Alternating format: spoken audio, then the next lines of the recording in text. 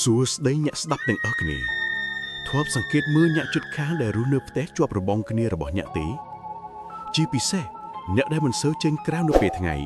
តែងតែបិទទ្វារផ្ទះជិតឈឹងហើយពេលដើរចេញមកម្ដង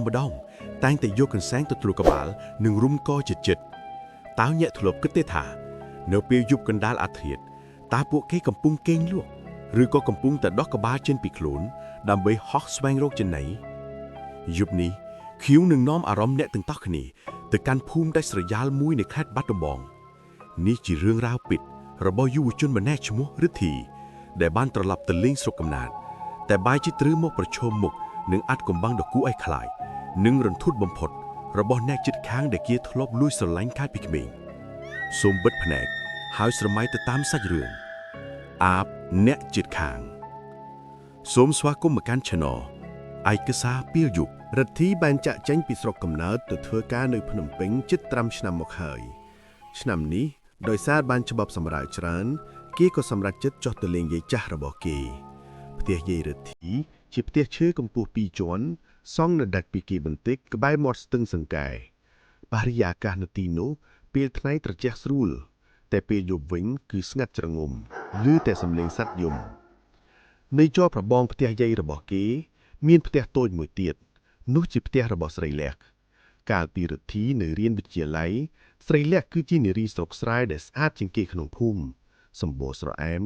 សក់ខ្មៅវែងរលោងថែមទាំងរស់រាយរាក់ទាក់រិទ្ធីធ្លាប់លួចស្រឡាញ់នាងលាក់ទុកក្នុង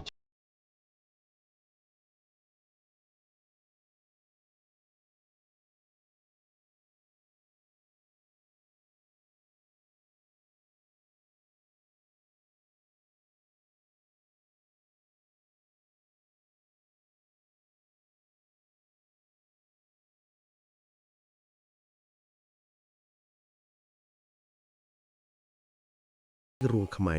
និងមានស្រសៃក្រហមនៅក្នុងក្របភ្នែកអ្វីដែលចម្លែកបំផុតនោះគឺទោះបីជាមេឃក្តីហប់យ៉ាងណាក៏នាងយកកន្សែងក្រមាពណ៌ក្រហមចាស់មករុំជុំវិញកយ៉ាងជិតនាងមិនឆ្លើយតបនឹងរិទ្ធីទេគ្រាន់តែសម្លឹងមើលគេដោយខ្សែភ្នែកគួរឲ្យខ្លាចរួចក៏ដើរចូលទៅក្នុងផ្ទះបិទទ្វារក្រាំងយប់នោះពេលកំពុងហូបបាយរិទ្ធីក៏សួរយាយពីរឿងស្រីលក្ខយាយដកដង្ហៅធំរួចខ្សឹបប្រាប់ថាកុំសូវរវីរវល់ជាមួយវាអីចៃតាំងពីវាទៅធ្វើការរោងចក្រនៅថៃហើយត្រឡប់មកវិញកាលពីឆ្នាំមុនវាទៅជាបែបហ្នឹងយប់ប្រលប់កុំចេះតែចេញក្រៃប្រទេសផ្ដាហើយចៃឯងដេកនៅជាន់លើបិទបង្អួចអុជិតណាម៉ោងប្រហែល11យប់រិទ្ធីចូលគេងខ្យល់ត្រជាក់បក់បោកកាត់ប្រឡក់ជាជាងឈឺវ៉ូឆ្កែព្រុសលោពីចុងភូមិលាន់កាត់វាស្រែមករកផ្ទះរបស់គេរិទ្ធីកំរើកខ្លួនបន្តិចស្រាប់តែខ្យល់បានបក់នាំយកក្លិនម្យ៉ាងចូលមកក្នុងបន្ទប់វាមិនមែនជាក្លិនផ្កាឬក្លិនទឹកអប់ទេវាជាក្លិនស្អុយឆ្អាបដោយក្លិនសត្វដែលគេទុកចោលហាលថ្ងៃរហូតដល់រលួយលាយឡំនឹងក្លិនឈាមស្រស់រិទ្ធីស្ទុះក្រោកទៅទាញទ្វារបង្អួចបិទជិតឈឹងទើបគេអាចបន្តការគេងលក់បានព្រឹកឡើងគេដើរទៅមើលក្បែររបងក៏ឃើញមានកង្កែបងាប់ជាច្រើនក្បាលដែលត្រូវគេខំហែកស៊ីសល់តែស្បែកពាសពេញមាត់ស្ទឹងចូលដល់យប់ទី2យប់នេះមេឃរងាខុសធម្មតាហើយងងឹតសួនឈិនព្រោះជារដូវខែដាច់ម៉ោង1កន្លះរំលងអាត្រារ៉ែករិទ្ធីកំពុងលងលោកស្រាប់តែខ្វាកាត់ដាច់សំឡេងអ្វីម្យ៉ាងបន្លឺចេញពីទ្រូងមាន់នៅខាងក្រោមបង្អួយបន្ទប់របស់គេវាជាសំឡេងទំពាមិនមែនជាសំឡេងសត្វឆ្មាទេវាលឺសូរធ្ងន់និងក្រោតក្រាតដូចជាមាននរណាម្នាក់កំពុងខំទំពាឆ្អឹងខ្ចីដោយផ្ទាល់មាត់ខ្វើតសំឡេងខ្សឺទឹកឬឈាមស្រក់ចុះមកដីតក់រិទ្ធីព្រឺក្បាលខ្ញាបេះដូងគេលោតញាប់ចង់ផ្ទុះក្លិនស្អុយឆ្អាបកានពីយប់មិញបានភៀចលមកម្ដងទៀតតែលើកនេះក្លិនវាស្អុយនឹងដិតខ្លាំងជាងមុនទៅទៀតដោយសារចង់ដឹងខ្លាំងរិទ្ធីក៏ដើរយឺតទៅកាន់មាត់បង្អួយគេមិនហ៊ានបោបង្អួយទេគេគ្រាន់តែយកភ្នែកម្ខាងទៅអើតមើលតាមប្រហោងប្រែកនៃបន្ទះក្តារឈើនៅខាងក្រោមនោះក្នុងភាពងងឹតគេឃើញពន្លឺពណ៌ខៀវស្រាលផ្លែតអ្វីដែលគេឃើញបន្ទាប់ធ្វើឲ្យរិទ្ធីស្ទើរតែភ្លេចដកដង្ហើមវាមិនមែនជាមនុស្សហើយក៏មិនមែនជាសត្វដែរវាគឺ ក្បាលមនុស្សស្រីក្បាលនោះមានសក់វែងរញ៉េរញ៉ៃកំពុងអណ្ដែតត្រឹមមួយចង្កេះពីដីនៅពីក្រោមក្បាលនោះគ្មានដងខ្ទួនទេគឺមានតែបំពង់កក្រហមរឡាត់សួតបេះដូងដែលកំពុងលោតដប់ដប់និងពវៀនរលៀងដែលរយាងរយ៉ងចុះមកក្រោមប្រឡាក់ពេញទៅដោយឈាមនិងរោមមាន់ក្បាលនោះកំពុងតែអោមខំហែកមាន់រស់មួយក្បាលយ៉ាងសាហាវ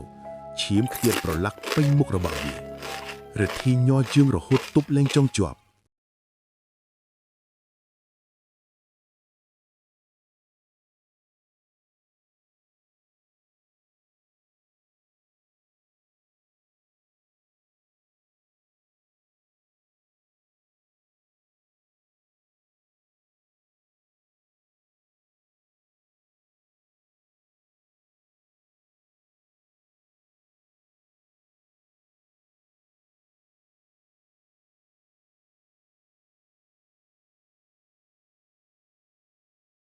យ៉ាងក៏ដោយក៏រទ្ធីចាំបានច្បាស់ណាស់នោះគឺស្រីលក្ខណ៍រំពេចនោះពវៀនរបស់នាងរួញបន្តិចរួចក្បាលនោះក៏ហោះស្ទុះយ៉ាងលឿនឡាយមកទង្គិតនឹងបង្អួចប្រាវរទ្ធីដួលផ្ងាក្រោយបោកនឹងកម្រាលឥតតាមចន្លោះបង្អួចដែលរបើកគេឃើញមុខរបស់ស្រីលក្ខណ៍អណ្ដែតនៅសល់តែមួយចំអាមពីមុខគេនាងសម្លឹងមកគេស្នាមញញឹមឬគួរឲ្យខ្លាចមួយលិចឡើងនៅបបាយមាត់របស់នាងមិនបានធ្វើអ្វីគេទេគ្រាន់តែសើចតិចថា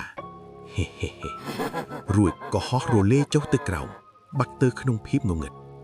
យប់នោះរទ្ធីរំភូលជិតឈឹងទៀងខ្នើយមកទប់ត្រចៀកមិនហ៊ានតែងក្រមើកធ្វើខ្លួនរហូតដល់មេឃភ្លឺឡើងព្រឹកព្រលឹមស្រាងរទ្ធីស្ទុះរៀបចំខោអាវដាក់វ៉ាលីយ៉ាងលឿនគេលេងខ្វល់ពីការលំហើកាយទៀតហើយគេត្រូវតែត្រឡប់ទៅភ្នំពេញវិញនៅថ្ងៃនេះតែម្ដងខណៈដែលគេអូវ៉ាលីចុះមកក្រោមតុកសំលេងគូសទ្វាររបងបន្លឺឡើងយាយរបស់គេដើរទៅបើកទ្វារអ្នកដែលឈរនៅទីនោះគឺស្រីលក្ខណ៍នាងស្លៀកពាក់ស្អាតបាអាតសក់សិតរលោងសម្បុរស្លែកនិងមានរុំកន្សែងក្រមាពណ៌ក្រហមនៅកដូចសពដង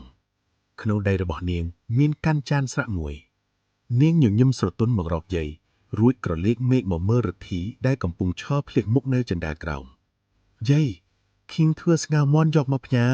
ឃើញបងរទ្ធីគាត់មកលេងអត់សូវមានអីហូបយាយទទួលចានស្រាក់នោះរួចនិយាយទាំងចេញញញឹមអូយអរគុណហើយចៅឡាមករទ្ធីមកហូបបាយព្រឹកហូបស្ងោរមាន់សិនទៅចាំវិញកូនរទ្ធីឈរកាំងបែកញើសគៀកស្វាច់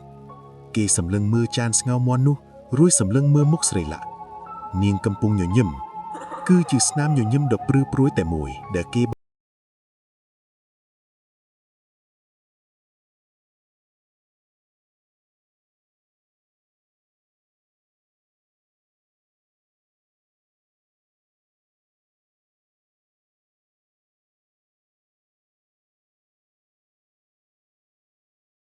លេងស្រាលលីលំនឹងការគម្រាមថាសំឡនេះខ្ញុំខំធ្វើដោយផ្ទាល់មាត់ដោយផ្ទាល់ដៃណាបងកុំភ្លេចហូបឲ្យអោណាកុំឲ្យខូចទឹកចិត្តខ្ញុំរទ្ធីប្រញាប់ទាញដៃយាយចេញហើយយកលែកថាប្រញាប់ទៅធ្វើការងារនៅភ្នំពេញវិញរួចក៏ចាក់ស្ងោរមាន់នោះចោលក្នុងធុងសម្រាមភ្លាមតាំងពីថ្ងៃនោះមកគេមិនដែលហ៊ានត្រឡប់ទៅដេកផ្ទះយាយរបស់គេទៀតទេចុះអ្នកទាំងអស់គ្នាវិញធ្លាប់បានទទួលម្ហូបពីអ្នកជិតខាងទេបើសិនជាថ្ងៃណាមួយអ្នកជិតខាងដែលកំរនិយាយស្ដីស្លេកស្លាំងរបស់អ្នកយកសម្លមាន់មកផ្ញើមុននឹងដួសញ៉ាំកុំភ្លេចសង្កេតមើលករបស់គេផងណាក្រែងលោមានស្នាមដេឬមានជាប់រោមមាន់នៅពីក្រោយត្រចៀកអរគុណសម្រាប់ការស្ដាប់រាត្រីសួស្ដីហើយកុំភ្លេចអើតមើលបង្អោយផ្ទះអ្នកយប់នេះផង